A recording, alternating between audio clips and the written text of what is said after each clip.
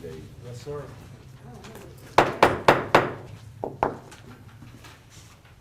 Good evening. We're going to go ahead and call our meeting to order. This is the City of Palaca, October 13th, 2016 Commission meeting. We will ask if Commissioner James Norwood will lead us in the pledge to the flag, and Commissioner Rufus Borum lead us with the invocation. Commissioner Borum. My hands, please. Dear Lord, I'd like to thank you for this day. Thank you for your grace and your mercy, and most of all, your unconditional love. We ask that you give us the knowledge, wisdom, and guidance to help make the best decision that the city needs in order to continue to move forward. We ask all these things in your name we pray. Amen. Please join me in the pledge. I pledge allegiance to the flag of the United States of America and to the republic for which it stands, one nation, under God, indivisible, with liberty and justice for all.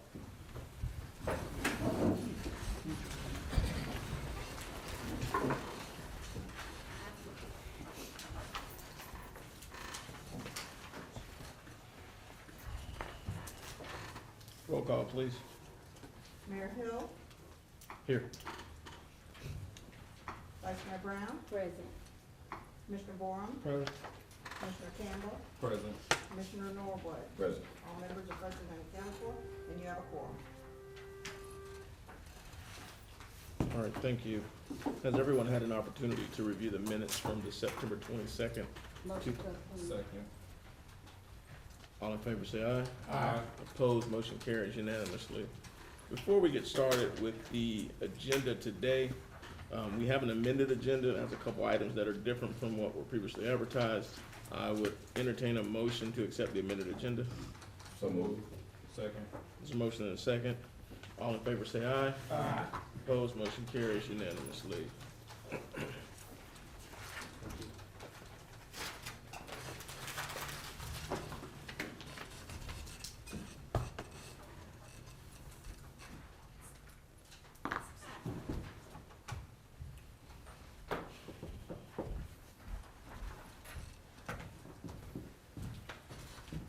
Moving on to item 1 of the agenda, which is our public recognition and presentations. We have a proclamation for Red Ribbon Week, October 24th through October 30th, 2016. Are there any representatives present for Red Ribbon Week?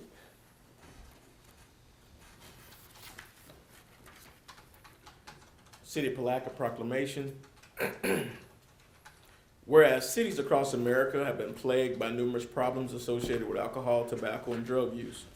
And whereas there is hope in winning the war on drugs, and hope lies in the hard work and determination of our communities to create a drug-free environment, local leaders in government and community know that the support of people in our neighborhoods is the most effective tool. And whereas success will not occur overnight, therefore our patience and continued commitment to drug education and prevention are imperative. And whereas the red ribbon was chosen as a symbol commemorating the work of Enrique Kiki Camarino, a drug enforcement administrative agent who was murdered in the line of duty and has come to represent the belief that one person can make a difference. The Red Ribbon Campaign was established by Congress in 1988 to promote this belief and to encourage a drug-free lifestyle and involvement in drug prevention efforts.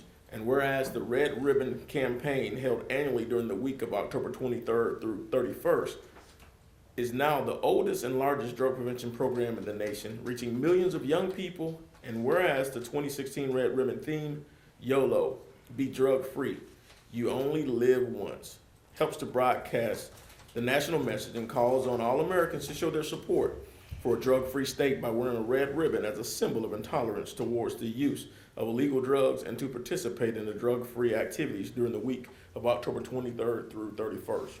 2016. Now, therefore, I, Terrell Hill, Mayor of the City of Palaca, together with the members of the Palaca City Commission, hereby proclaim October 23rd through 31st, 2016 as Red Ribbon Week in the City of Palaca. And we encourage all citizens, businesses, public and private agencies, media, religious and educational institutions to wear and display red ribbons and to participate in drug-free activities throughout the week, joining the rest of the state in promoting Red Ribbon celebration and drug-free America. and witness whereof I have hereunto set my hand and caused to be affixed to seal of the city of Palaca on this 13th day of October in the year of our Lord 2016. Terrell Hill Mayor, Mary Lawson Brown, Rufus Borum, Justin Campbell, and James Norwood Jr. Commissioners.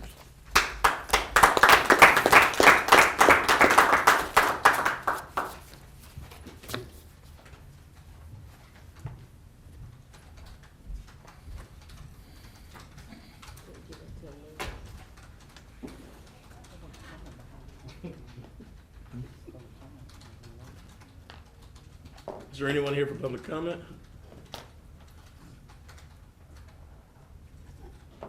Seeing no one, we'll close public comment. Moving on to item 3 of the agenda, which is our consent agenda. Item A is to adopt resolution number 2016-1273, requesting a waiver in permit fees for St. Johns River Water Management District for fiscal year 2016-17. B, adopt resolution number 2016-12-74, awarding a bid and construction contract to BGCO in the amount of $293,350 for airport obstruction tree removal project, and authorize execution of the same 90% FAA funded, 10% FDOT funded. C, adopt resolution 2016-12-75, authorizing the city manager and city clerk to execute and attest Passerow Work Order 16-47DB in the amount not to exceed $45,000 for obstruction tree removal project design, bidding and permit services, 100% FAA FDOT funded. D, adopt resolution 2016-12-76, authorizing city manager and city clerk to execute and attest Passerow Work Order 1647R in the amount not to exceed $30,000 for obstruction tree removal project, construction, admin, and inspection services, 100% FAA FDOT funded.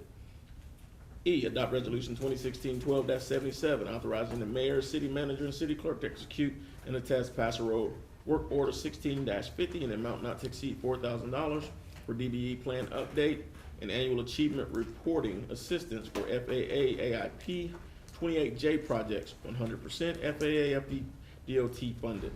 F, adopt resolution authorizing submission of an application for a USDA Community Facilities Grant to purchase a dump truck and skid steer loader. G, adopt resolution number 2016-12-79, authorizing submission of an application for a USDA Community Facilities Grant to purchase 2 half-ton trucks and 1 backhoe. H, grant permission to exceed allowable noise levels and authorize road closures for special events permit number 16-43, Rockin' Blues Barbecue, October 14th, 5 p.m. to 10 p.m. and October 15th, 7 a.m. to 7 p.m. Sam Deputy Downtown Palaca, Inc. applicant. I, grant permission to exceed allowable noise levels for special permits number 16-44, Community Gospel Jubilee, November 12th, 7 a.m. to 9 p.m. Paul Bennett applicant. J, set Halloween trick or treat hours for Monday, October 31st, 2016 from 6 p.m. to 8 p.m. Are there any items on the consent agenda that you wish to have removed? Item H, are there any other items? Seeing none, is there a motion? Motion approved. Commissioner Norwood? I would second if that excludes item H.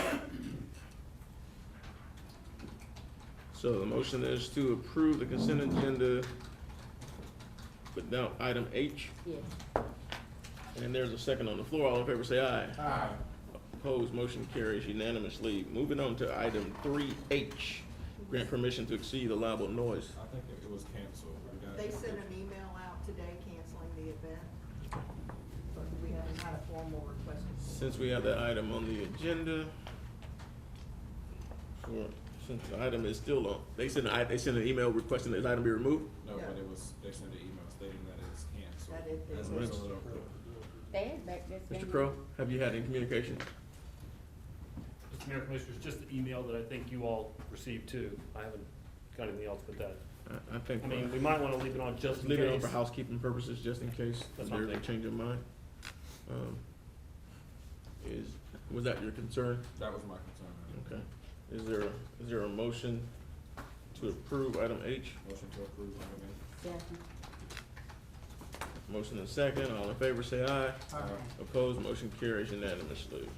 Moving on to item 4, a resolution awarding a bid to finance the lease purchase of a fire rescue and solid waste collection vehicle to U.S. Bank, authorizing the mayor and city clerk to execute and attest a lease purchase agreement and all other documents in connection thereof. A resolution of the city of Palatka, Florida, authorizing the execution and delivery of a tax exempt lease purchase agreement and related instruments and determining other matters in connection therewith. So moved.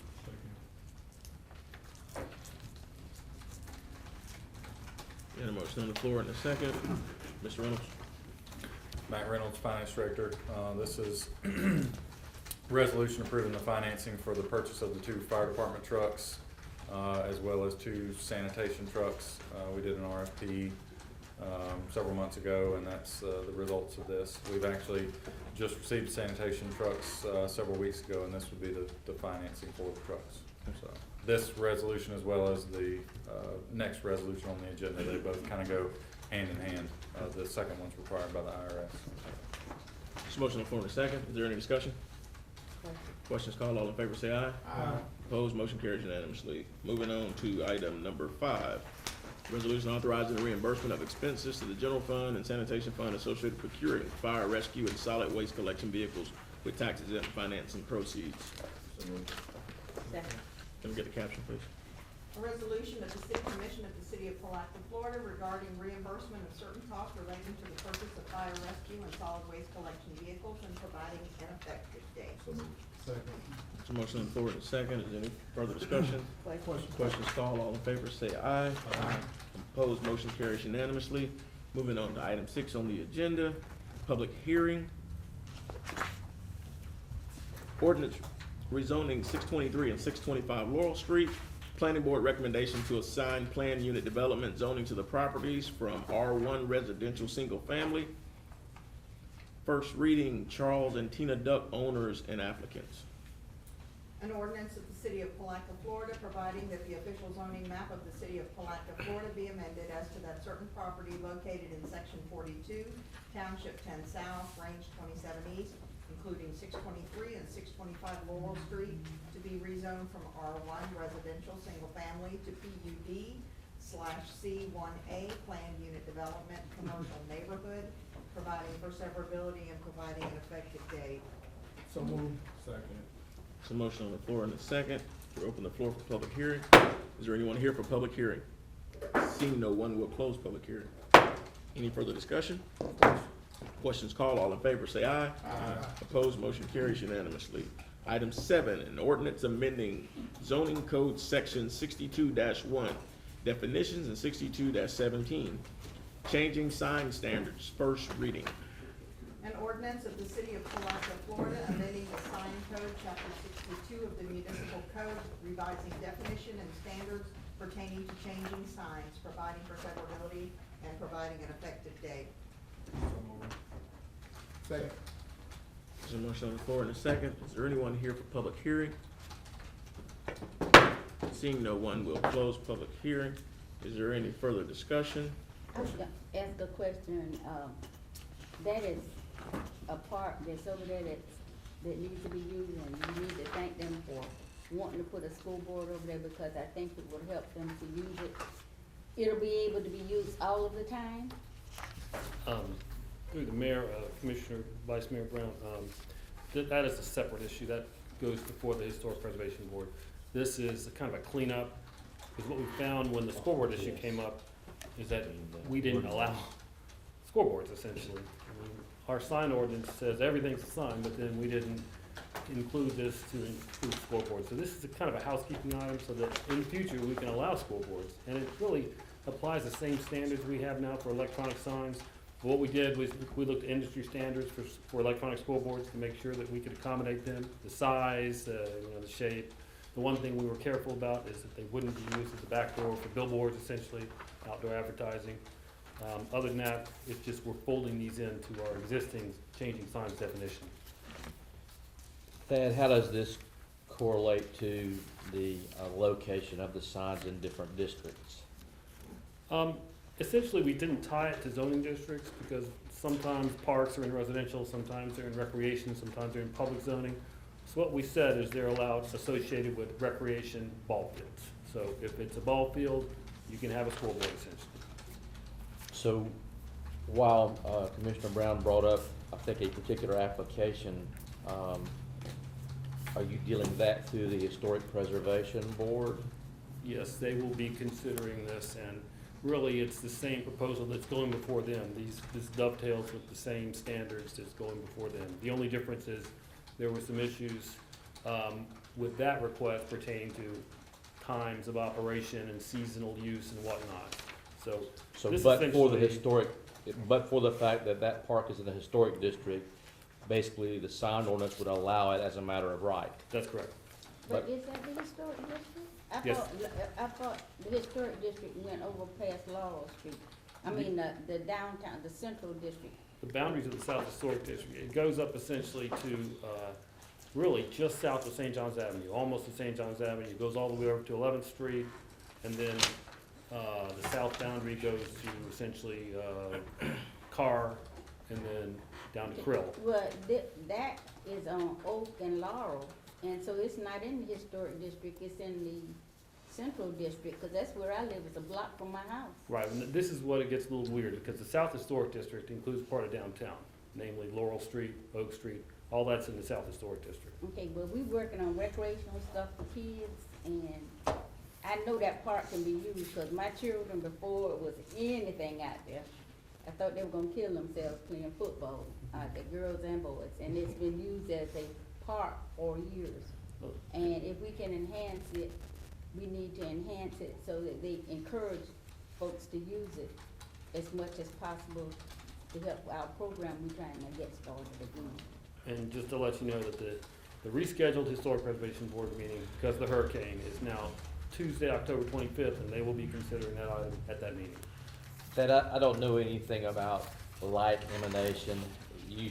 This ordinance says that the light emanation shall not exceed 0.3 foot candles. What's that?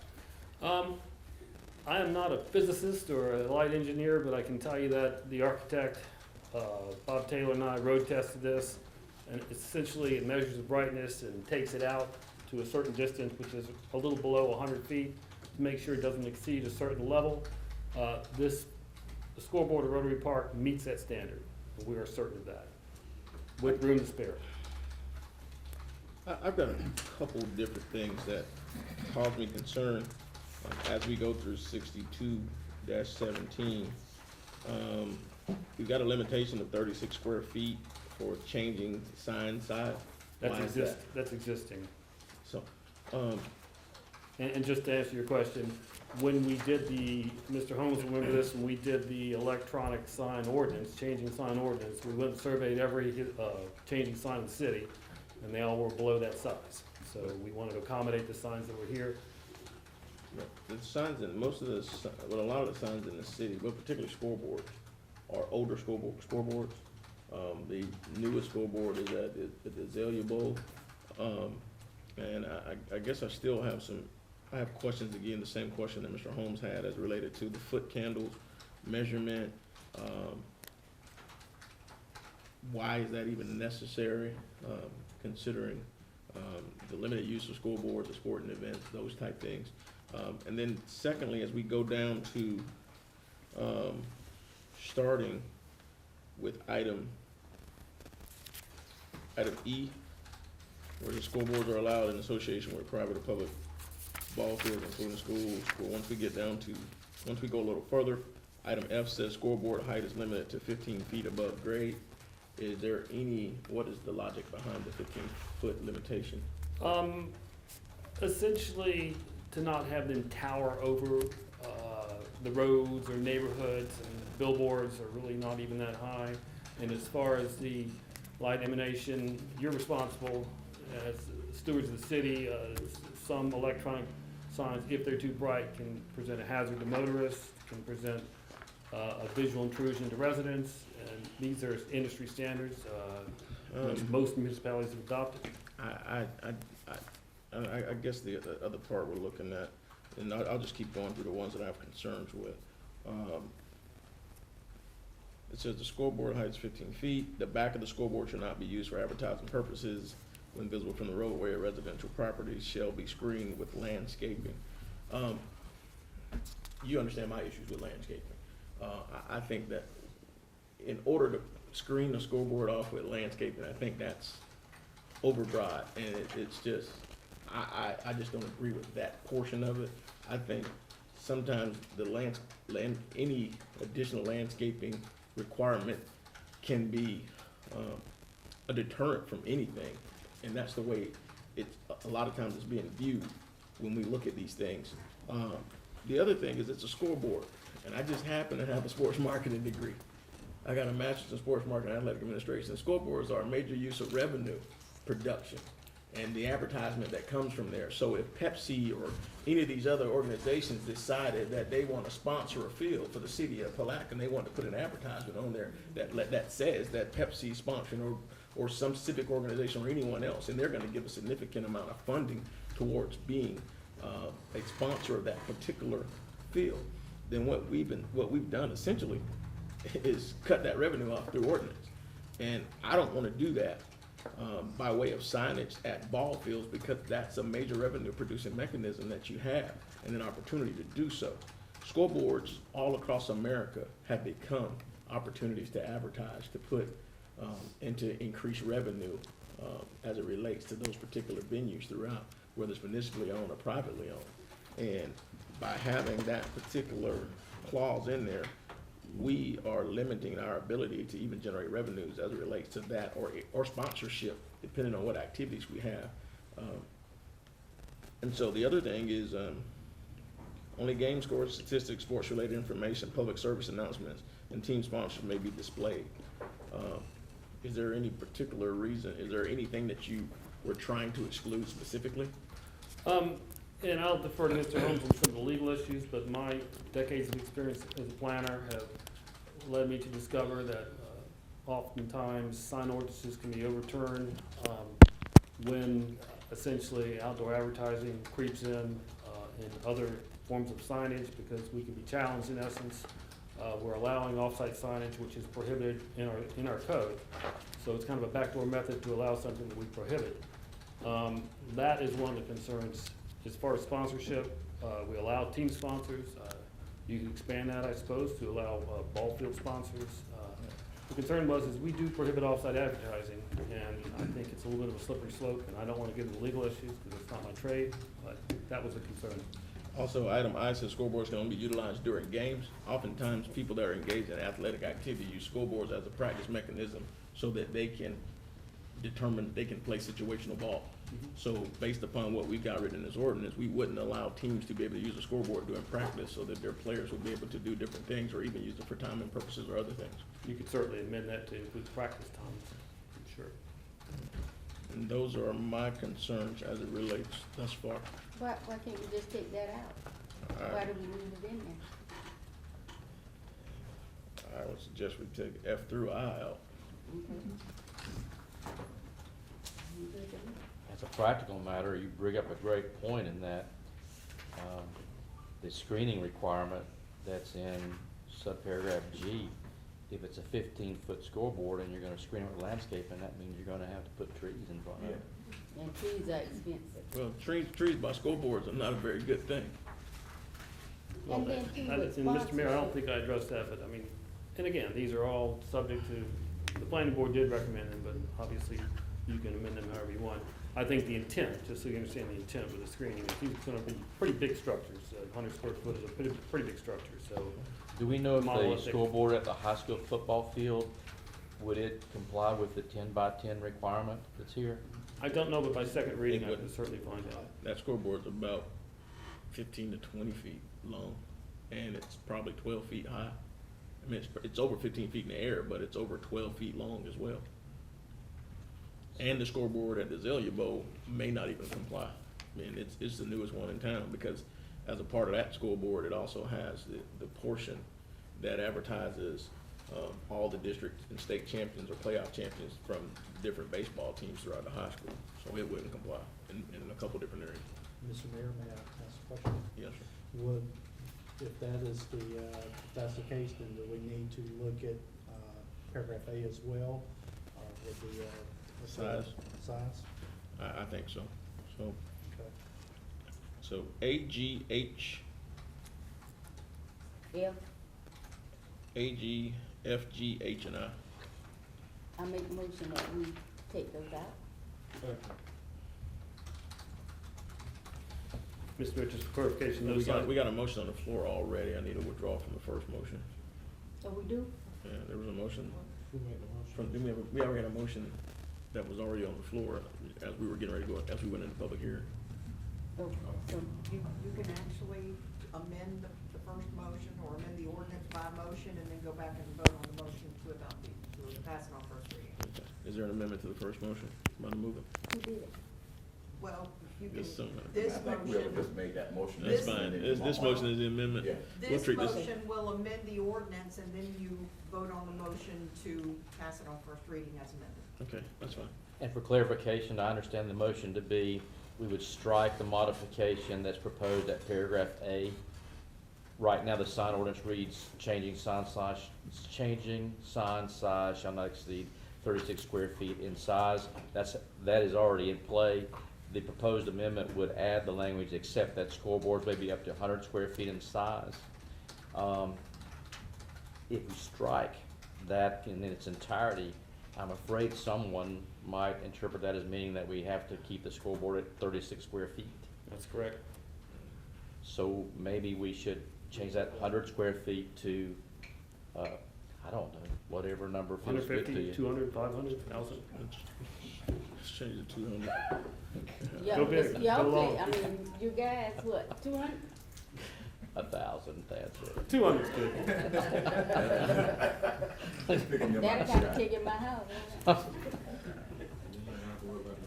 I think we say, I think we- Keep my backyard, you know? Unless- My dog could love that. Commissioner Bridgewater, city So, should we? do- What if we propose that to 200 then? Will that be satisfactory? That's 20 by 10. Let's put it at 200, what if let's amend it to anything, to 200 square feet. And anything greater than 200 square feet must receive prior approval from either the commission or planning board. Okay, so leave it as it is, except we change 100 to 200 and then add a clause that states, proposed scoreboards which will be in excess of 200 square feet must be approved by either the planning commission or the city commission? Correct. Okay? Have that, Betsy? And then you're gonna strike in its entirety subparagraphs F, G, H, and I? Correct. Okay.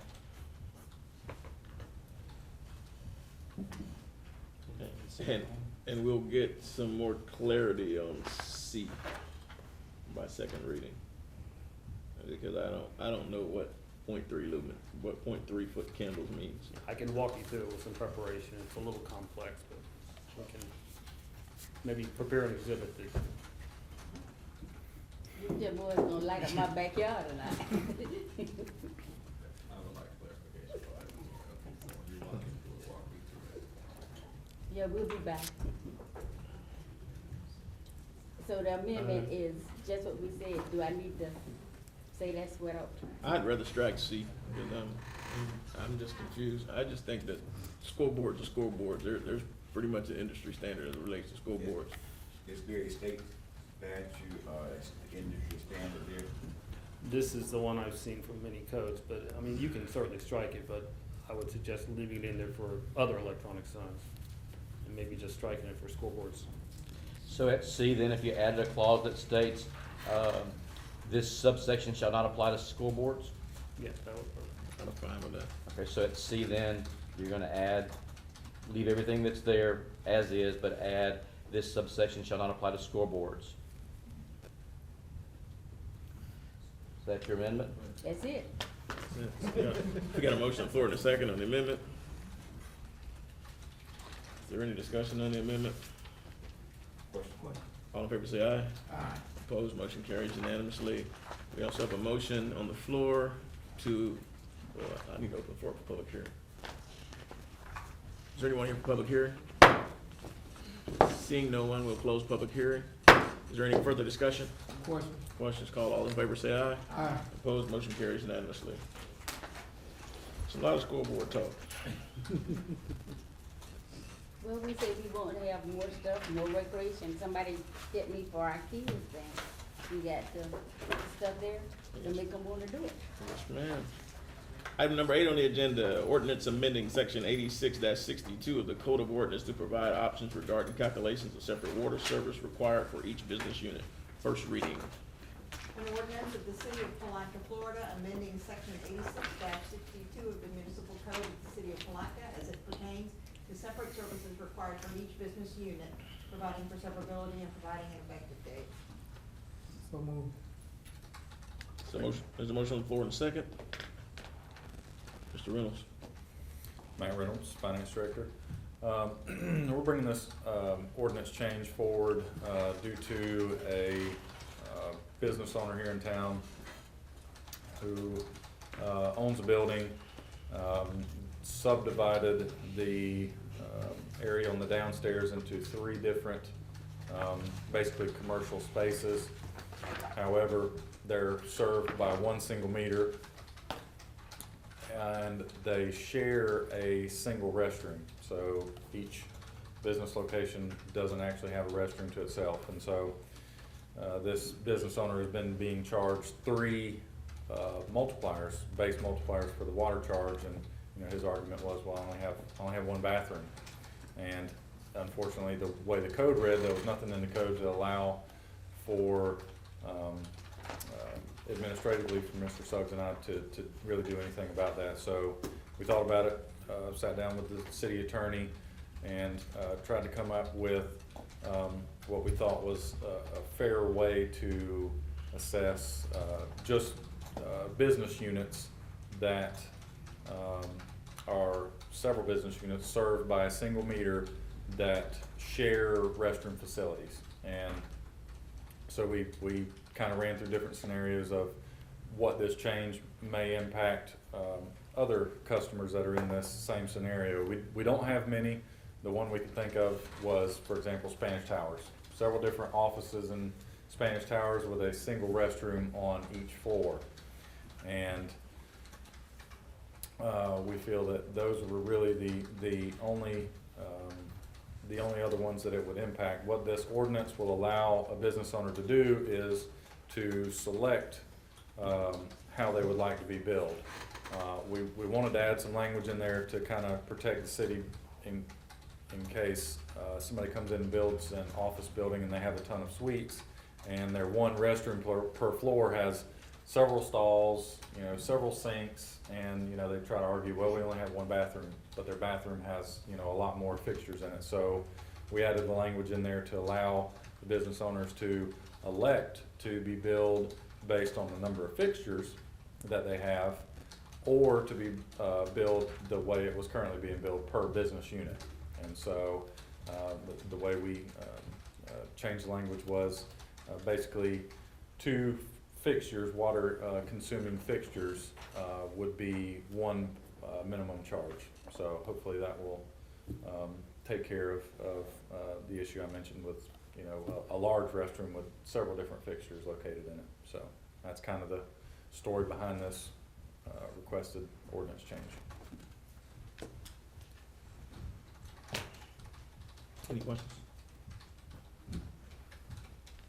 We'll now open the floor for public hearing. Is there anyone here for public hearing? Seeing no one, we'll close public hearing. Any discussion? All in favor say aye. Aye.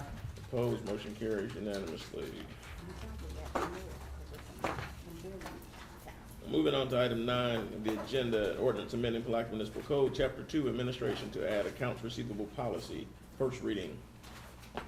An ordinance of the city of Palaca, Florida, revising the code of ordinances of the city of Palaca, Florida by amending chapter 2 administration to add an accounts receivable policy, providing for severability and providing an effective date. So moved. Second. There's a motion on the floor in a second. Is there anyone here for public hearing? Seeing no one, we'll close public hearing. Is there any further discussion? Question.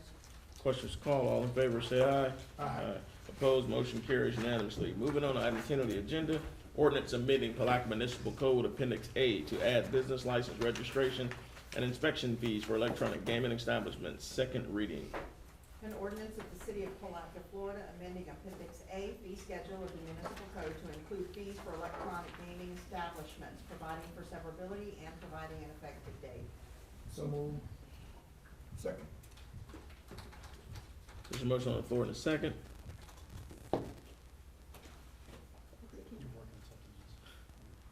We're now on the floor for public hearing. Is there anyone here for public hearing? Seeing no one, we'll close public hearing. Is there any further discussion? Question. Questions called, all in favor say aye. Aye. Opposed, motion carries unanimously. Moving on to item 11 on the agenda, ordinance amending Appendix A fee schedule of the Code of Ordinance to increase water and sewer rates fiscal year 2016-17, budget year, second reading adopt. Second reading was tabled for a time certain till today. An ordinance of the City of Palaca, Florida, amending Appendix A fee schedule of the municipal code of the City of Palaca as it pertains to fees and other charges relating to water rates generally, both inside and outside the city limits, sewer rates generally, both inside and outside the city limits, solid waste collection rates, providing for severability, and providing an effective date of October 1st, 2016. So moved. Second. There's a motion on the floor and a second. Is there anyone here for public hearing? Seeing no one here for public hearing, we will close public hearing. Is there any further discussion? I just wanna ask how we letting people know that their water bill is going up. They know. Trust me, I they know know. that, but I had somebody call me and said that their bill was more, and I had let them know that it was, the water bill would be going up, went up at October 1st. We let We them, were directed to put it on the website and to put notices on the front desk out here, and we have done that. Okay, we also need to let them know, where our water rates are compared to everyone else in our region. so maybe you better tell them why you got it on the. Maybe that may be what we need to post up there on that desk too. So, we've gotta figure out a way to replace these water lines and do some real maintenance. And we also have to figure out a way to make sure that we, give people some benefit for conservation. And those are the things that we're actually working diligently on. I think Mr. Reynolds has been working on that for a number of years. And it looks like we're almost to a point where it's becoming a reality. So, are there any further discussion? Question. Questions called, all in favor say aye. Aye. Opposed, motion carries unanimously. Moving on to item 12 of the agenda. Chief Shaw. The report, we have something on the report for code enforcement. You wanna go ahead? Or you want Mr. Forsythe to do it?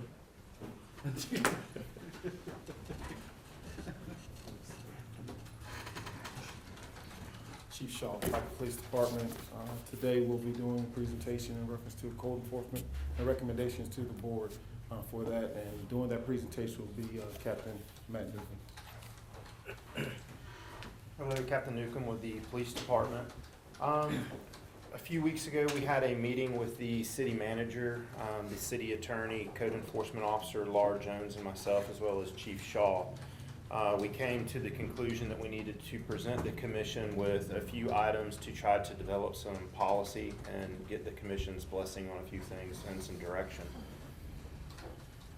I stand over here, can y'all hear me? Yeah. The discussion points for this is complaint-driven complaints versus proactive complaints, case review of existing fines and liens, the management meetings that we're gonna start holding every month, and then existing criteria for fine reduction, And then at the November meeting, when we come in for the commission meeting in November, we're going to propose a fee structure for the administrative costs, and then a review of last month's code board meetings. In our meeting, we discussed looking at doing our code enforcement with Officer Jones, with going to doing proactive enforcement versus complaint-driven enforcement, or doing a combination of both, which is what we're currently doing. We reached out to multiple agencies, both counties and cities, to see what other places are doing around us. Putnam County is complaint-driven only. They do not take anonymous complaints. Their staffing levels are just like ours. They have one code enforcement officer, and they have one staff assistant. And according to what they told us, it takes 30 to 90 days for scheduled complaints to receive an inspection. The city of Gainesville, they are complaint driven as well. They also do proactive, but they do not accept anonymous complaints. Their staffing levels are much larger than ours. They have one manager, 2 field supervisors, 8 zone officers, 2 zoning officers, 1 abatement officer, 1 rental officer, and 2 staff assistants. St. Johns County is complaint driven only. They do accept anonymous complaints. However, in talking to them, they say that about 85 of their complaints are from anonymous complaints. They have 1 manager, 1 officer coordinator, or 1 office coordinator, and 7 code enforcement officers. Alachua County does both proactive and complaint driven. They accept anonymous complaint. However, in talking to the manager that runs their program, they believe that the majority of their calls are from retaliatory things within their community, where one citizen makes a complaint on another, so now that citizens make a complaint on the person that they heard made a complaint on them, and vice versa. The city of Jacksonville, I know that Jacksonville is extremely large compared to us, but we wanted to see what they do. They have 6 supervisors and 46 code enforcement officers. However, right now they have 10 openings. They take complaints both proactively, and then they also do or accept anonymous complaints. Clay County, they are complaint driven, and they only do complaints based on if someone that calls the complaint in, they only take that complaint if they get that person's information. It's not anonymous based. And they have only 2 officers staffed for the entire county. And going through our meeting with the chief and the city manager and the city attorney, and then Officer Jones and I, we wanted to present this stuff to you guys, as well as make a request that we adopt a policy for code enforcement for the city of Palaca be done based on complaint driven and non-anonymous, meaning that when someone calls in a complaint, we'd like to know who's making that complaint. The reason for that is we have very minimal staffing levels for code enforcement for the city. We have 1 full-time code enforcement officer, and then we have 1 part-time administrative aide who spends half of her time for code enforcement and the other half for dealing with our red light program. Now, I know the red light program is part of it is scheduled to come offline in 2017, but that's as it starts, and there's going to be more time as things progress with that program as well. So right now we have kind of 1 1/4, I guess you could say, staff that are working on code enforcement. Also with the proactive cases, they can be taxing with our limited staff and very costly, with the preparations, with getting the city attorney involved, with looking at applying the fees and fines, and then trying to do the abatements and the foreclosures. Any questions, any discussion on that at this point? No? Well, if you don't mind, I think for me, a bigger issue with the complaint-driven versus the proactive is if your policy is complaint-driven, then when the person calls up and says, why haven't you taken action with regard to that piece of property over there? You can honestly say, because we're purely complaint driven. If you're not purely complaint driven, then there's a selective process that's involved as to what cases staff is gonna pick out to take action on. And you've gotta justify to that person who calls why you picked that case and not the case across the street. So if it's purely complaint driven, and there are enough complaint driven ones, trust me. If it's purely complaint driven, then your simple response is, we react to complaints. And you don't have to say, well, I rode down the street and I picked out this house, but I didn't pick out the house across the street from it. And it just, I believe, is going to be a lot simpler for you to respond to questions and complaints from people who may not like the way you're moving forward. So you're done, it's complaint driven. That's my suggestion, is that you've got plenty with the complaint-driven cases, more than you can address. But I think the caveat to that is, when you're in certain neighborhoods and people have become accustomed to seeing blight, then most people become numb to it. Prime example, we can look at kind of the lack of complaints you get when it comes to stuff like Central Academy or the school, how it, over time, it ends up a certain way. Sometimes people are numb, or they feel like they've complained in the past and nothing was done, and they don't say anything. But I think if we don't allow the proactive portion of it, then you kind of take it out of, you may take certain activities out of staff's hand that they can actually take action on to correct. You know, Mr. Mayor, if I may, I don't disagree with either one of the two stances. The complaint driven is certainly a more user-friendly tool for staff, because we do have the opportunity then to explain for those that may be calling in and asking where we might be on particular cases. In the proactive stuff, you know, if we want to take in the proactive status, then I think we need to be looking at the health and safety type cases. And, you know, we certainly need to be doing that already, you know, and making sure that we're doing the things that we need to do to keep our community safe, our citizens and the community safe.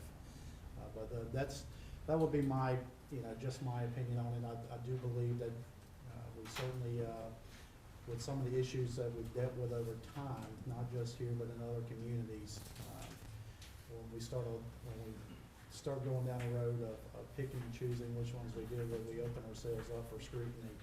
Some of those we can't get away from, and we can't defend very well. But that's, you know, just my opinion. Can I ask a question? With code enforcement, you all look at stuff if you were driven by doing it. If you couldn't see it from the road, they told me if a code enforcement person couldn't see something from the road, then they would not go in and investigate unless they had a complaint. And I thought that was the way that they were working that, unless somebody complained to them. Is that not true? Mr. Mayor, would you like me to respond? Chief? No, ma'am. Currently, right now, it's not, it's both complaint driven and proactive, but the volume of cases we have throughout the city doesn't allow us to really pay effect to any significant number. So what we're looking at when we have proactive, we have going out again, like City Manager and Mr. Holmes pointed out, you have questions on why certain properties is picked out over others. So that's things that we're finding that we're getting constantly questioned about. The complaint driven, and one of the things Mr. Mayor pointed out with the example of Central Academy, the complaint driven, we find that it comes in abundantly. We have a large number of complaint driven, so we get those ones that even though that may have been becoming used to in the neighborhoods, we're getting the ones that at least that's been said initially, and we're able to start cases on it. We're not able to basically speak on the time frame, because the time frame falls into other issues, such as how much we're allowed to, or in our budget currently have to spend and focus on at that time, but we're at least able to start up a case on those ones that we've gotten from complaint driven. Quick question. Commissioner Moore? The area that we're covering, is it about 3 point something square miles, and we got, over the course of time, I think it's important that we have some comprehensive plan in terms of addressing these things, because again, they do, for areas like out of the CRA districts, which already have a program in place to remove blight and other things, those areas are good, but then you got areas that are not part of an association, we should be, I guess, enforcing, like minimum maintenance standards, all these different things that really, I get a lot of calls, like I'm telling you, I get a lot of calls, that's why I send so many. I don't think I'm not, I guess, I need to know your question, but we're not saying we're ignoring things. Well, I think on our staffing level, to be able to adequately address different issues, we have to put something in the order, and to be able to say, okay, this is the order we want to approach those things. Okay, But I think historically, what we've seen as the major problem is, I mean, for the most part, it's just Ms. Jones working out there by herself in the field. And it is just Ms. Jones working, you know, and I think when the transition took place, under the old chief, you had police officers who were certified in code enforcement to some degree, but you guys aren't using your officers in that same manner as much anymore, correct? Not so. We are, but it was more so in a different manner. We're still using them in the same manner they were being used before. Right. We have some that we haven't actually filled those spots for because of the questioning of what we're doing with code Right. enforcement. And I say that to say this, I don't think it's fair to the police department, you know, to bring them under scrutiny when we go from, when I was on the code enforcement board, having 3 code enforcement officers, 2 full-time, 1 part-time, and administrative staff, to now dwindling that down to a fractional part-time and 1 full-time person. You know, the staffing levels don't put us in a position to be successful with code enforcement. And I think if, you know, I think if we come up with a plan, whether it's to reassign someone to code enforcement to the field, to be able to work from that standpoint, and then having a dedicated person to deal with the administrative stuff on a fairly full-time basis, I think that's where we need to be.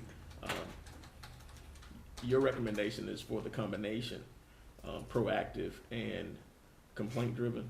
That's staff's recommendations.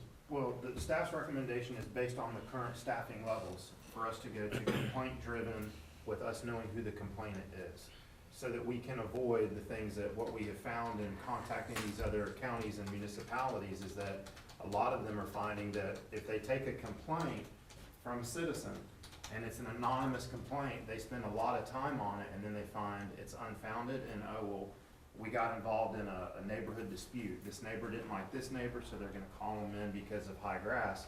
When we all know that within our community, we have so many properties that are public safety. You know, they're a public safety concern that we really need to be spending our time on. And I think, and so I guess I asked the question, kind of knowing the answer. Would you guys agree that we would be significantly more effective with an additional person, with additional staff, code enforcement officer, in this program? Staffing levels are not where they need to be. You guys agree with that? We can agree with that. And so I think that one thing the commission, we have to look at overall is our desire to get rid of the blight in the community and whether we've equipped staff with the tools to do so. And I think when it comes to code enforcement's kind of been placed in the lap of the police department, so to speak. But I also think that, you know, from where we were in 2001 or, you know, years prior in the late 90s and beyond with staffing levels for code enforcement, we're far different than that now. Mr. Holmes has been dealing with code enforcement for, you know, for a decade and a half. And he, and you see the transition in staffing. I just think if we've got a different, I think if we're able to really formalize the plan, the approach that was put into place, both by the PD and by council when he sent his memo out as related to code enforcement, we would be in a greater position to start to beautify the communities and to deal with some of the safety aspects we have, as well as a lot of the blight. Well, as it pertains to staffing, it's one thing that we didn't look at or look to approach in this plan as far as with new staff, and we looked at numbers we had and how we could look to better and be more effective with what we were doing. So that's the way we approached it with this plan. So the question goes to the city manager, and I kind of asked him the question, and I'll kind of let Mr. Suggs respond to it. Well, we can certainly look at staffing levels and do what we can to bolster that up if we need to. One thing I'd like to also share with the commissioners is playing with that fine line of becoming a police state type of community versus, serving the needs of our community. Certainly when we bolster the code enforcement division and become proactive and go out there and start sending numerous violations and complaints out to our community and our citizens, you folks are gonna take a lot of those phone calls. And, so I just want us all to understand the significance of that as well. We'll do whatever is the direction and the wishes of this commission. But, when we go out there and become that proactive, we're gonna get a lot of pushback from some of our residents that are already in a difficult position. Some of the things that we're trying to address here this evening is just some open discussion about what is the best type of route to take and the best stance to take as far as whether we want to be complaint driven or a combination thereof or proactive. And we just need to have those conversations. How soon are we gonna be through with the red light stuff? I believe it's November 2017. Next year, about a year. And it can't come soon enough. Mr. Mayor, Yes, sir. now I wanna deal with the blight, and, but I do wanna have some type of uniformity on how we deal with it, so that we don't create divisions within our community. Because if we don't have a method, that we're going about, code enforcement with, and how we are picking and choosing which ones that we're going to go after because it's not complaint driven, that's gonna put us in a place I don't think the city wants to be, and I'm quite sure the police department doesn't wanna be there neither. But also by the same token, those individuals, there's parts of our community has gotten to a point to wherein they probably complained so many times and probably nothing's been done to the standard they would like for it to be done. So now they're just ignoring it. And how do we address those issues as well? I think we have to be able to do something, but we have to have a method to what we're doing.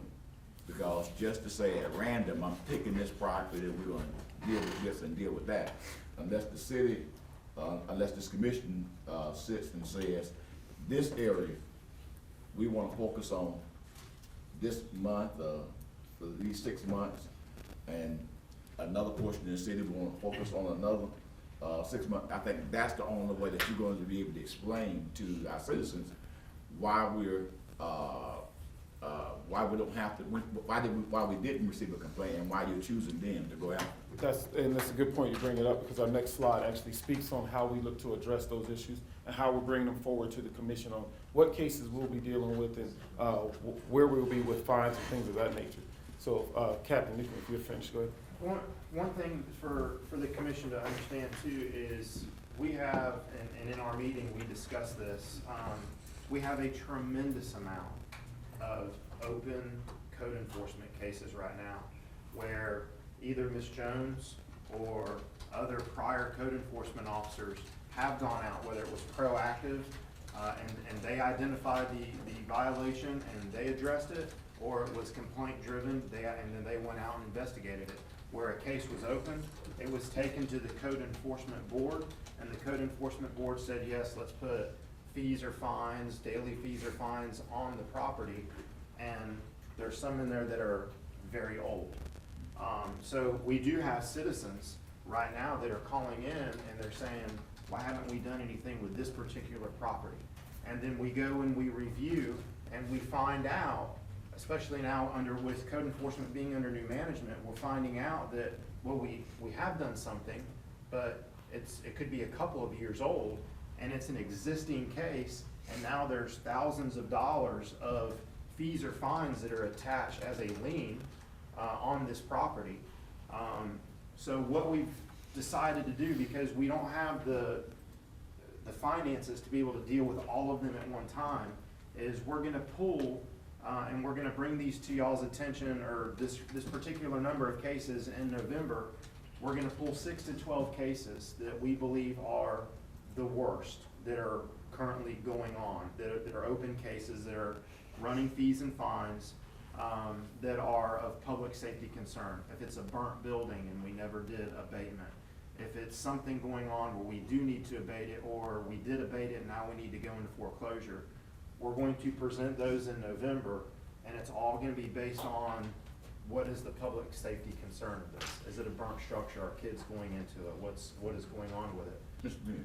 Yes, sir. Question for, police chief,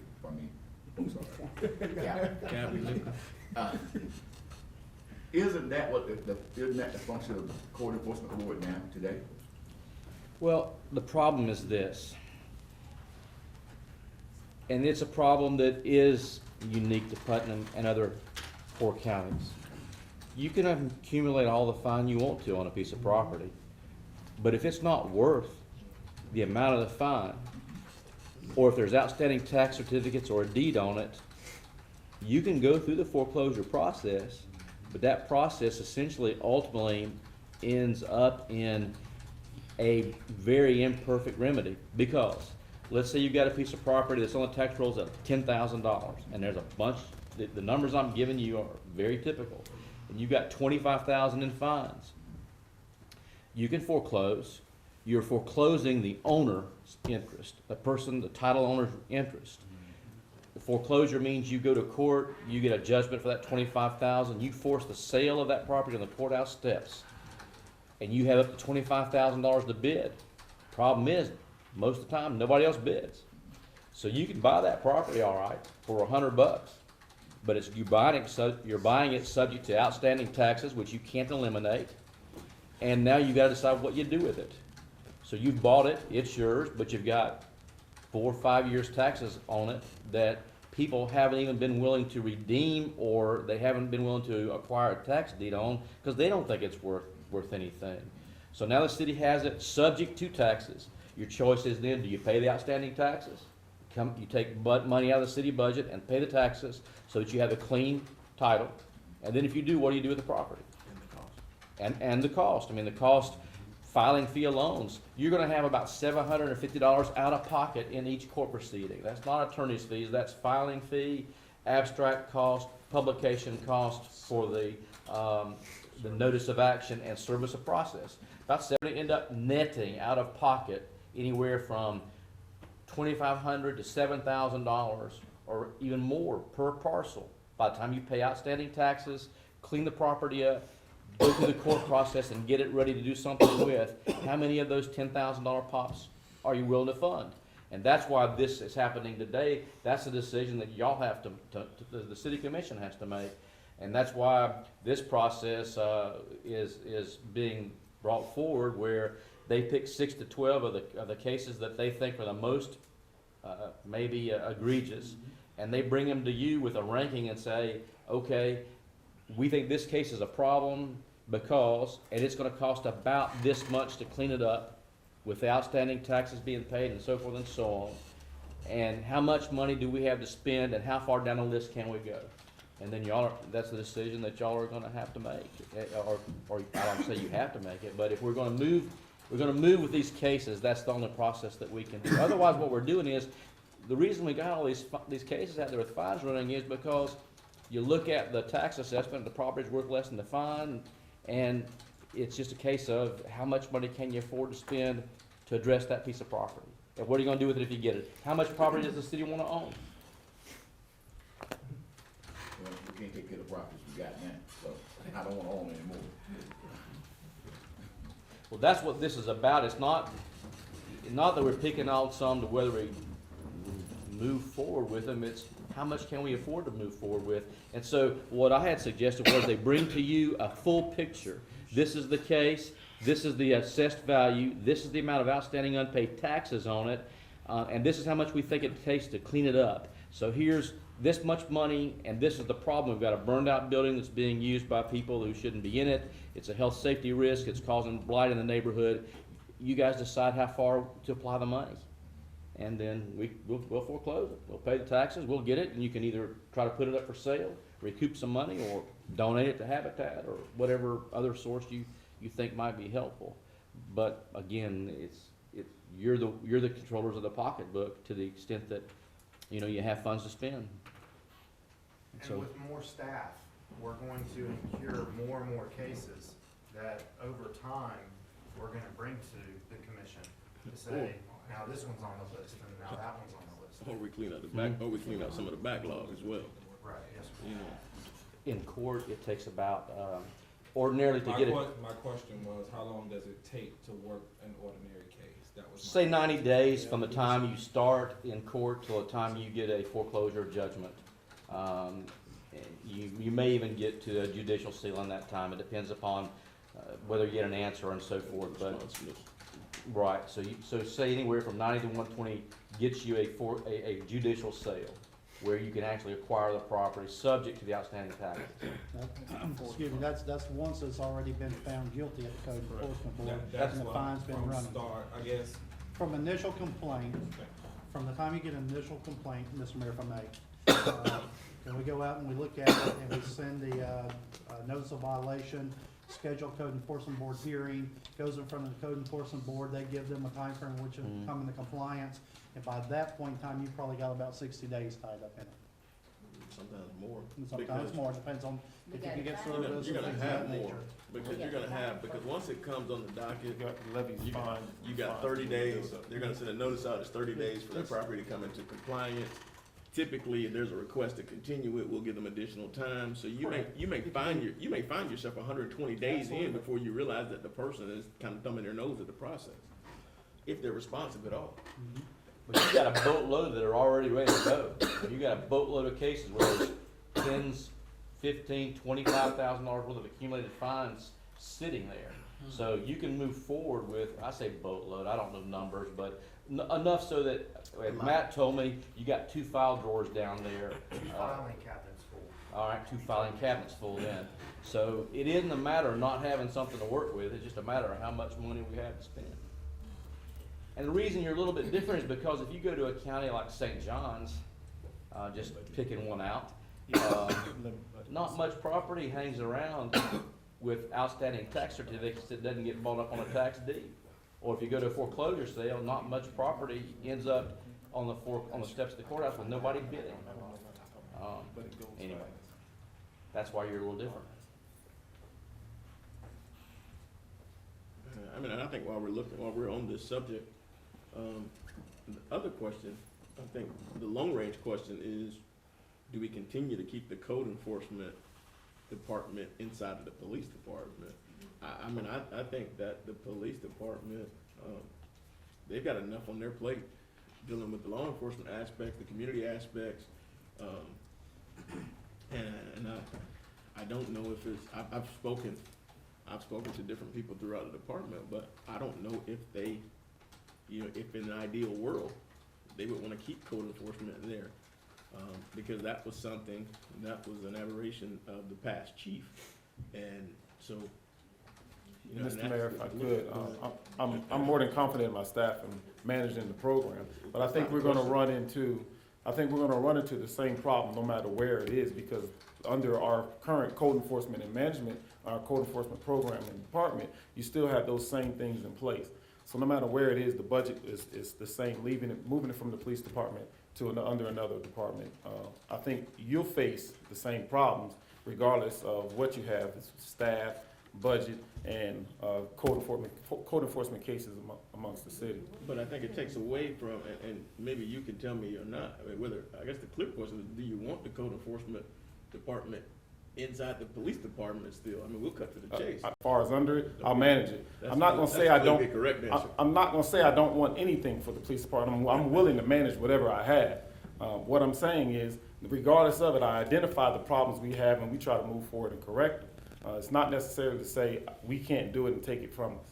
It's not, and that's not at all what I'm trying to insinuate, that you can't do it.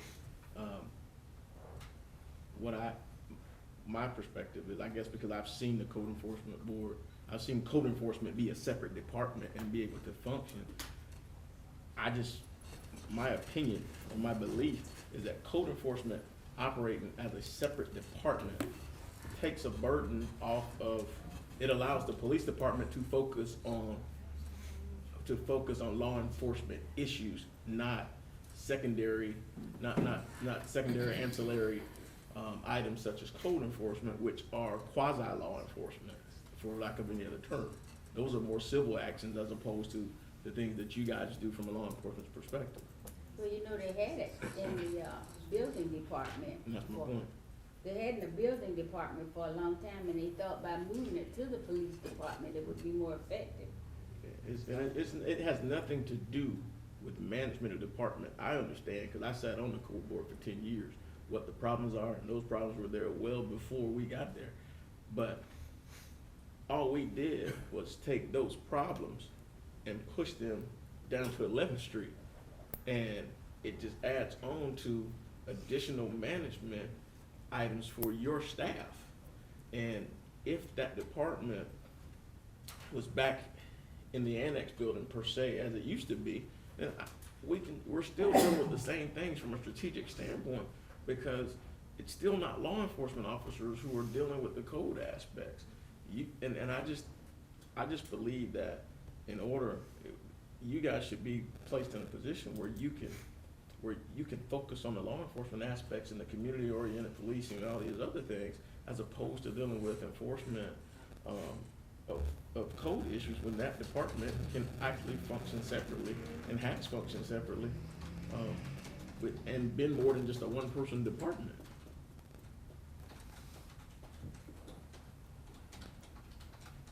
But if you wanna keep it, I'll withdraw mine. Mr. Mayor, I guess I need to ask the question. What's the presentation? I guess the presentation is a request, or is this a presentation to get us prepared for some type of ordinance that's going to come before the commission in the future? Is this presentation is so that we might give direction on what you guys are presenting? That's correct. The presentation is for, presented to the commission to give direction on two things: to be able to move forward with the cases, bring the cases to you, so we can present, like Mr. Holmes said, the items and what we have in the budget to be addressed. And the other thing is the presentation for you to pass judgment on, whether we can go complaint-driven or proactive, or, yeah. Mr. Mayor, if I might address that. Mr. Commissioner Norwood, exactly correct. What the presentation tonight is we've recognized the issue and the issues that we have within the code enforcement department, the number of active cases that we currently have, and those cases that we want to keep moving forward. So what we've done is we've actually got together the police, the captain, the code enforcement, and the city attorney, and I sat down, we discussed how we want to start bringing some issues to this commission, get your direction on there, on how we proceed, because we want to end the concerns with the code enforcement department. That's priority number one. We want to do it in a way that is comfortable for everybody on the commission, and we also want to be able to have an open discussion in a public forum to where we can lay out the concerns that we have and also get some response for that. Whether we want to go to complaint-driven versus proactive, whether we want to do anonymous versus non-anonymous, and then have discussion openly about, okay, here's the type of cases that we have, and here's the ones that we currently have open, and here are our financial limitations of dealing with these type of cases. And you know, I've been on both sides of the fence. I've worked in a public setting where code enforcement was housed under the planning and zoning department. I've seen organizations that house it within the police department. And I understand where the mayor's coming from, and I don't disagree. That's not what this comment is about. It's not disagreeing. I think the process itself and what we said is the code enforcement process and how we want to work things is the key to being able to move it forward in the right direction, whether it be housed at the police department or under the planning and zoning department. I think what we're trying to do is get everybody at the table and have some open conversations about how best do we proceed with code enforcement for the city of Well, Palatka. that's easy, let's workshop it. That was- That'll get us to the table. That'll get everybody to the table. Let's have a workshop. How many of you are okay with a workshop? I'm fine. Because what I'm getting from it, and I think we jumped ahead, which is, we still need to address the issue, but from what I'm getting right now, where it's housed at is not so much the biggest issue. We have to deal with what we have on the table before we can reconsider and reposition the table and still dealing with the same weight. So we need to deal immediately what we can get off the table, so when we shift the table will be lessened, if that makes sense, if I make sense. I mean, I guess we can deal with this in the workshop as well, but, you know, we got limited resources. And because we got limited resources, this commission is gonna have to choose what do we go out and work on. That's fine, What but is still, it doesn't matter if it's housed at the police department They or matter. if it's housed here. We still gonna have to deal with the issue, but we still have issues that we need to deal with that are more pressing before we actually try to move something somewhere else. Well, and, but I don't think that their presentation Right, is that's what I'm about, saying. is about Yeah, where it's housed at. their presentation's about policy. Right. And the problem is we get into the other issue. The other issues are driving the need for a new policy. Once you decrease staffing of that position, once you change the location where it was, all of those things led to the need for changing policy and for the backload and all the other stuff. So they go together. But if you wasn't there, if you weren't a part of all that, the transition and all of the other stuff, you may not necessarily see it because you're only dealing with the present issues. I sat on that board for 10 years, and when we got there, there was chaos. There were implementation of standards as to how we would even deal with cases and how we would take priority, and even how we moved to even bring a case to a point where we found that the case violated the standards of our ordinances. Those things were not in place, and there have been strict work done to create standards of fairness and to create ways in which you started to deal with these cases over time. And that's the part, when you get into all of that, it's more than, you just can't take a snapshot and say that it's one thing. You gotta look at the totality of the circumstances and come up with that. And I think it takes more than just coming to this commission meeting and trying to drive that ship. That ship has been sinking for a long time. Well, too, you know what, before, when they had it over in the building department, the code enforcement person didn't have a car. She had to share a car, or she had to share space with somebody. And to me, since it got with the police department, they are a little more effective with what we have been doing with it. I don't know as it comes down to code enforcement board and thing, how it works, but I would think that the work environment for them would be a lot easier, and there was help. And I was always worried about, cause we had females, sending them to somebody for code enforcement, because I told them if they got in trouble, make sure they had their phones or whatever they had near them. Cause when you start enforcing codes with people, you have a lot of problems sometimes. Alright, I think we agreed to workshop it. Can we go ahead and try to get that implemented so we can try to take care of it as quick as possible, and everyone bring what they need to that meeting so we can try to come up with an effective way of moving forward? Let's find a date in October. In October? If we can't do the end of October, let's get it done within the next 30 days.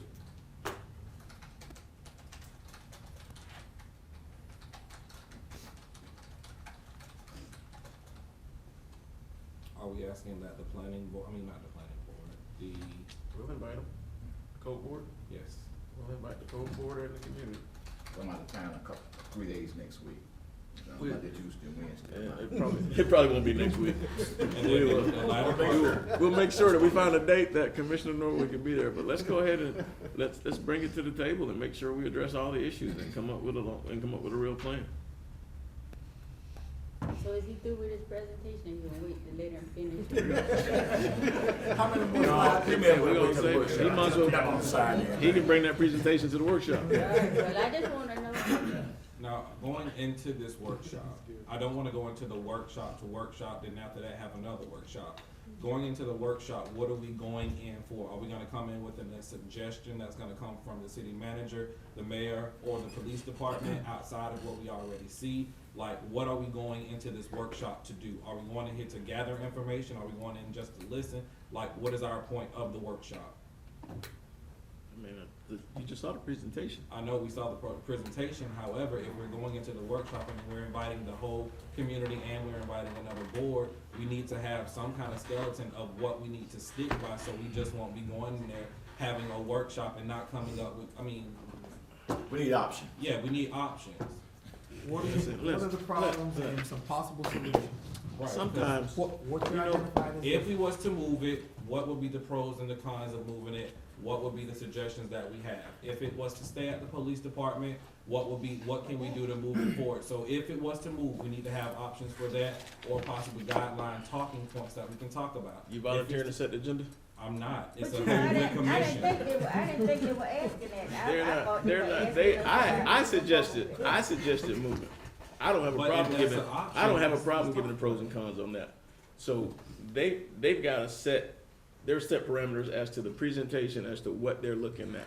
Whether we're gonna deal with, how we're gonna deal with initiating cases, what are gonna be the standards imposed when we have cases in order to close those cases, and what are gonna be the priority of cases if we go with a purely complaint-driven system, or if we go with a system that's proactive, then are we gonna place limitations on what proactiveness we have from staff?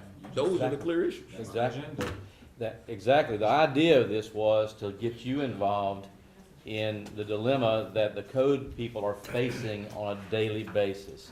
So that's the idea. The last part is, what funds are we willing to allocate to deal with foreclosing on properties or moving forward with actions on properties? Exactly. Understanding the funds that we've already allocated. Well, we got understanding those funds, but also understanding that there are some other contingent funds or whatever we may need. Looking at what true cost would be in order to move forward on the cases that exist, just based on a basic number, and then prioritizing which cases we deal with. Those are the things that we need to look at as it relates to that particular workshop. And we're talking 6 prongs. And if we stay on base, we can be out of there in 6 hours. So, that's what we got.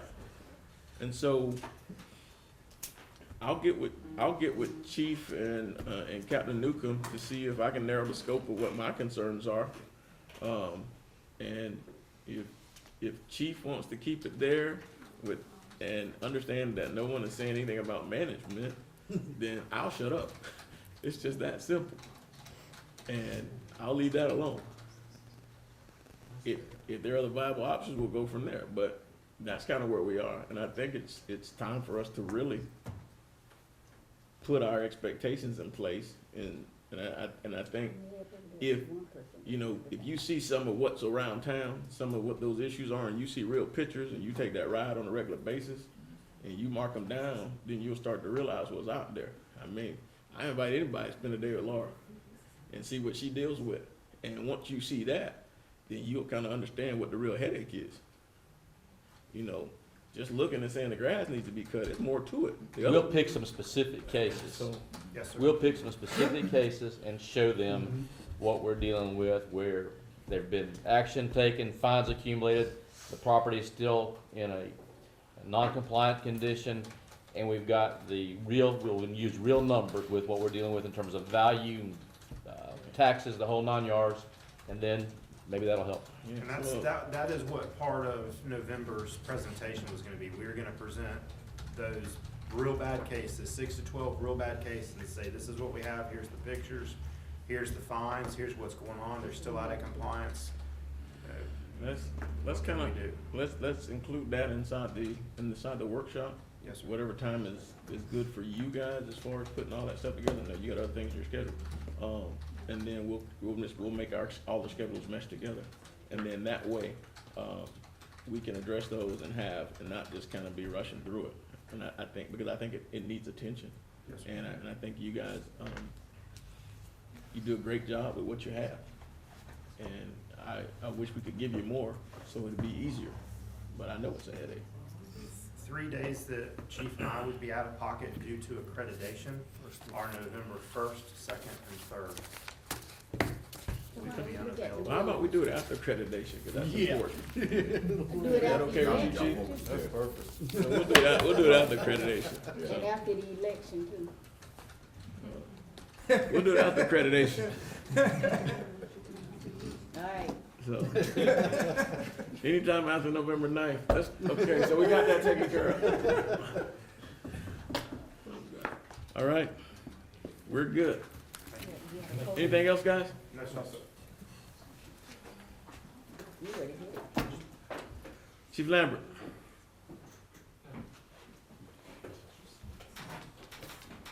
Mr. Crowe? Ms. Jones? Ms. Robinson? Mr. Forsythe? Mr. Eubank? Mr. Reynolds? Mr. Triggers? No, sir. I know that no's gonna stop in a few seconds. Commissioner Campbell? It's gonna start with me. I really would like to, one of the things that we did coming into this was that visioning session, and I think from that visioning session, we got a lot, that was put out and our focus, things that we were focusing on. I would like to not just have that be a one-time wonder, but possibly implementing something like that again, so we can listen to those individuals that work up under, work for the city, to make sure that we take in consideration what they have, and not just getting it from the standpoint of being here in the meeting. I would like to hear it from them firsthand in an open forum. Because I think we did a pretty good job of taking what they said and tried to make some change within a lot of the departments. And I think that they felt comfortable, or they saw that we were trying to make some changes. So I think another visioning session or some kind of session where we bring department heads and employees into one room and let's talk.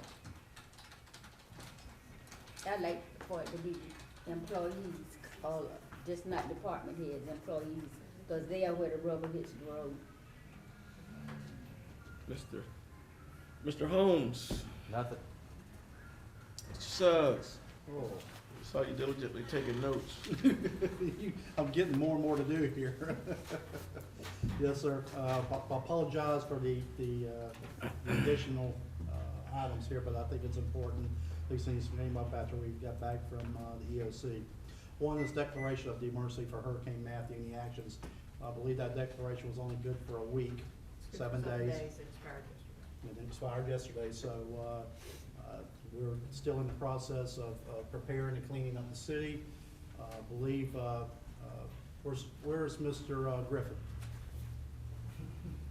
Hiding. Bring your map in, Mr. Griffith. This is where you get to shine. I don't feel like shining, I feel like going to sleep. I hear ya.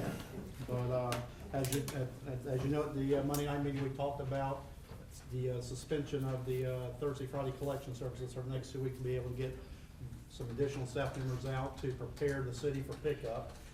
Mr. Griffith has been working very diligently with his staff on getting that done. And I've asked him to bring a map tonight of a representation of everything that's been prepared and ready to go as of today. And, you might want- Basically, everything in tan is the city limits, everything. You want to take the phone?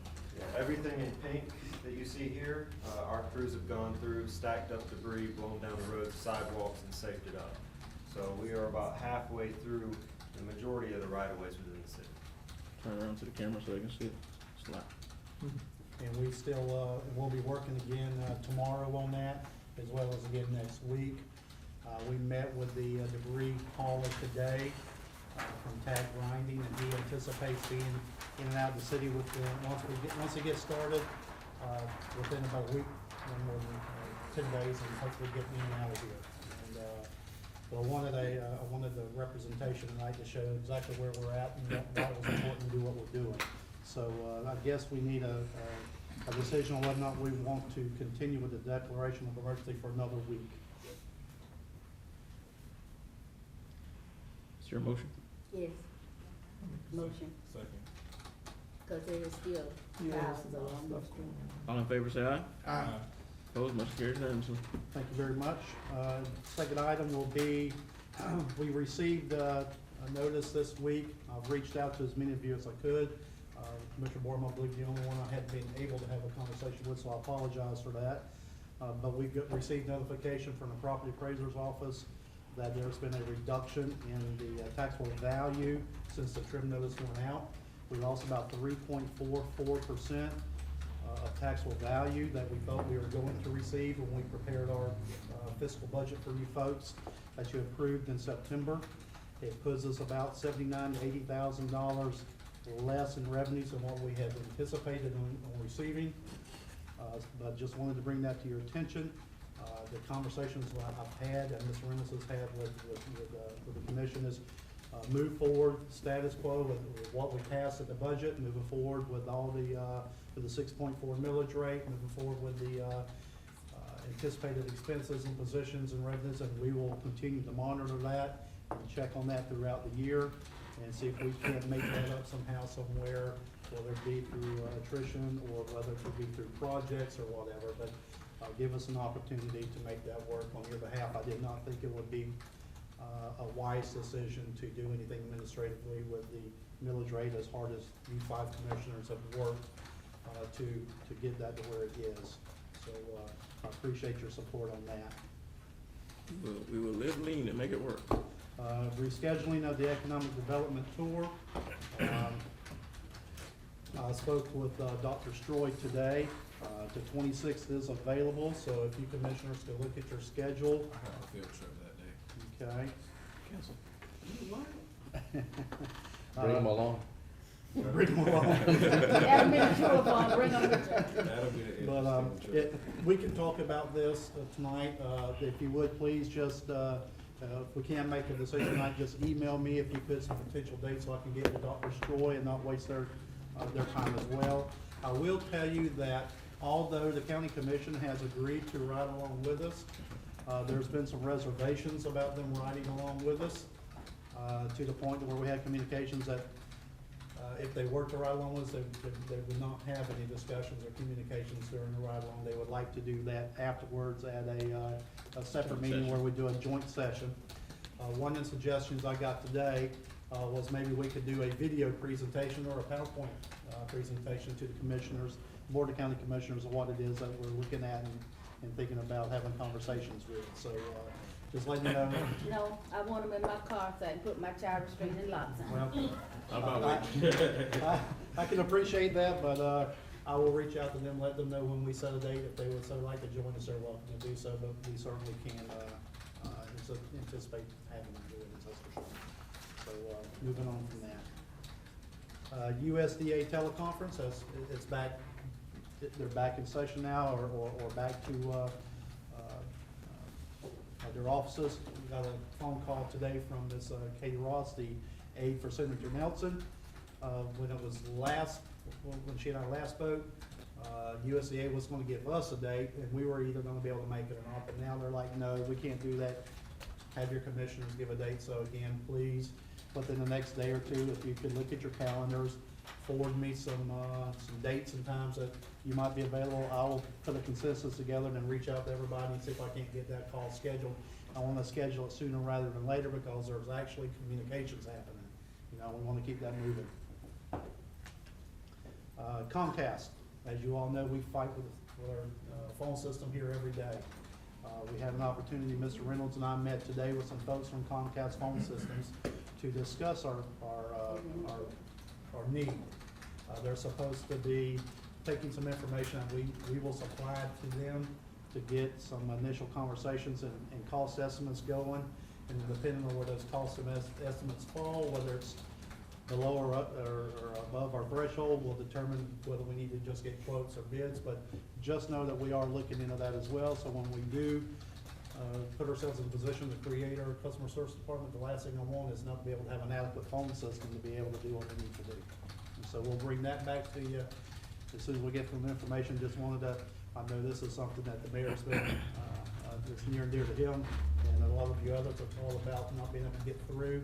So we want to try to move forward with this as quickly as possible. And the last is the lobbyist.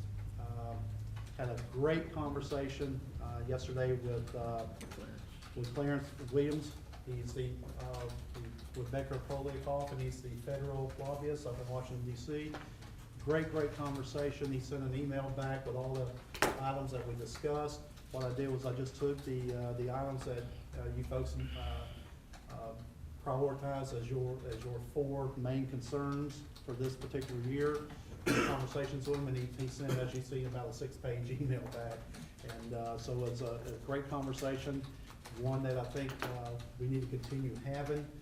Again, once the national elections are over and all that, and everybody's in place, we need to have a sit down, some type of face-to-face, and discuss with them where we're at, what we need, and then they can go to work.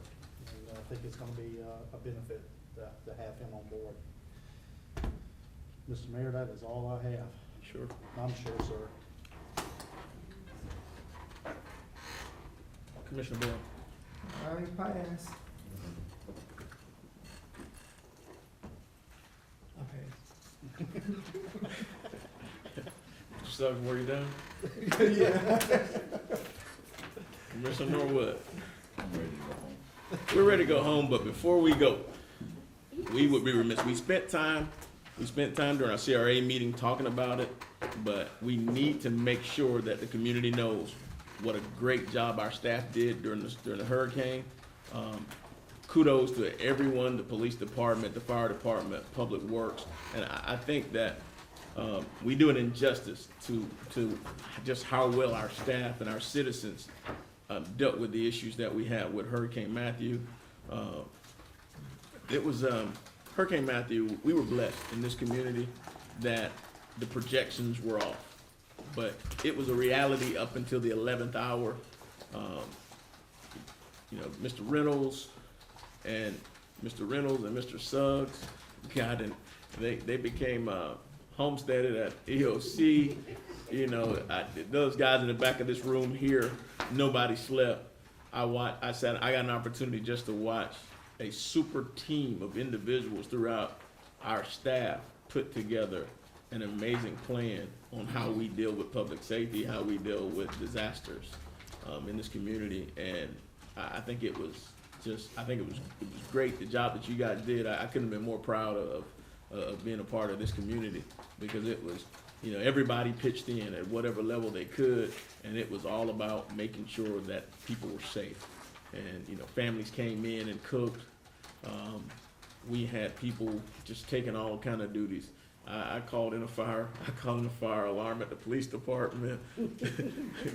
So, it was just a great time. It was an opportunity for people to bond during crisis. And I couldn't be more proud of you guys, and kudos to you, and we're gonna give you a round of applause.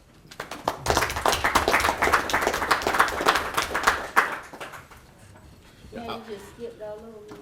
I just need to tell you one thing.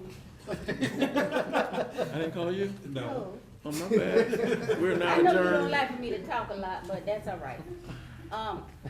I've been out and about, and I found out a couple of things. I started asking people, do you live in the city of Palatka? I find out more people who work in the city of Palatka that do not live in the city of Palatka. And we out here scuffling for jobs. I would like to remind our citizens that they need to get prepared for the jobs that we have in the city of Palatka so they can stay home and work. The second thing is, we have some shops downtown that I really did not realize are there. They're really nice shops that we need to have. And I happened to go in the Bible bookstore, and they have a really nice restaurant. They came from out of town, they've redone it, and they have some good food. And she said she had not seen any of us. No, I used to order from that. All right, well, The lobster bisque is well, delicious. listen, that's all right. I promised her I would let you guys know.